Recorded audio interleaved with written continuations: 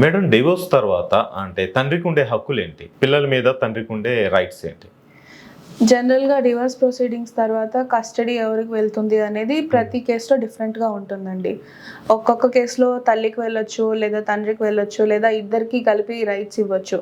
ఇప్పుడు తల్లికి కస్టడీ ఉందనుకోండి, తండ్రికి విజిటేషన్ రైట్స్ వస్తాయి. లేదు తండ్రికి కస్టడీ ఉంటే తల్లికి విజిటేషన్ రైట్స్ వస్తాయి. లేదా వాళ్ళకొక అండర్‌స్టాండింగ్ ఉందనుకోండి, ఇద్దరికీ రైట్స్ ఇవ్వచ్చు. కస్టడీ రైట్స్ ఇద్దరికీ మ్యూచువల్‌గా ఇవ్వచ్చు.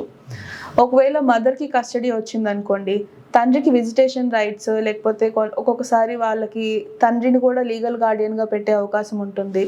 లేదు కొన్ని కేసెస్‌లో పిల్లల అభిప్రాయాన్ని కూడా కోర్ట్ అనేది తెలుసుకొని, పిల్లలకి తండ్రి దగ్గర ఉండడం ఇష్టం అనుకోండి, తండ్రికి ఫేవరబుల్‌గా తండ్రికి కస్టడీ వచ్చేలా కొన్ని కేసెస్ ఉన్నాయి. లేదు తండ్రికి తల్లికి అంత స్తోమత లేదు, లేదా బిడ్డల భవిష్యత్తు అనేది తండ్రి దగ్గర ఉంటే బావుంటుంది, వాళ్ళ ఎడ్యుకేషన్ కానీ, ఇలాంటి టైంలో ఫాదర్‌కి ఫుల్ కస్టడీ వచ్చే అవకాశం ఉంటుంది. లేదు మదర్‌కి కూడా ఆమె ఫైనాన్షియల్లీ క్యాపబుల్ అనుకోండి, అప్పుడు తండ్రికి విజిటేషన్ రైట్స్ అనేవి వస్తాయి.